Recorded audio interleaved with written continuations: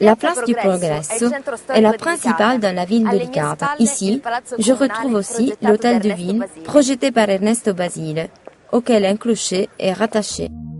Il s'agit d'une tour à merlon surmontée par une structure en fer qui soutient les deux cloches.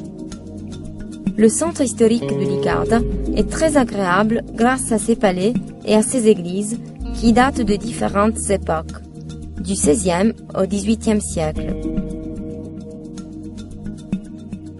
L'église de San Salvatore a été bâtie en 1697.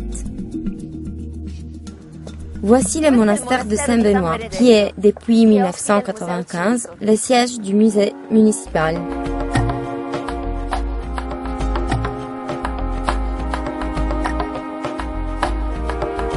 Ce musée retrace l'histoire des différentes communautés qui ont habité cette région.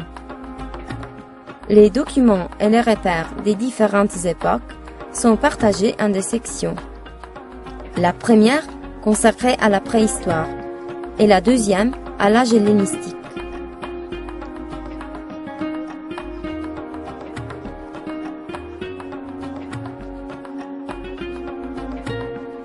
Voici le Stagnone de Postillo, une immense salle souterraine creusée dans la roche du mont Sant'Angelo.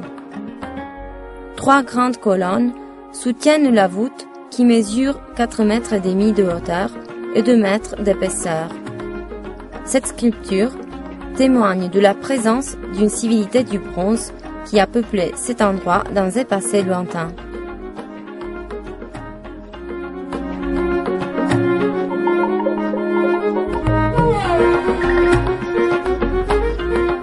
Au sommet du mont, Castel Sant'Angelo, une citadelle construite en 1615.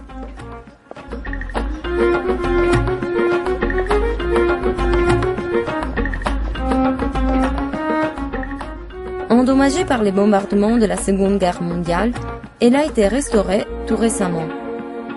Entourée par un fossé profond, le château est encore intact dans sa structure imposante, avec ses murs épais et sa forme majestueuse.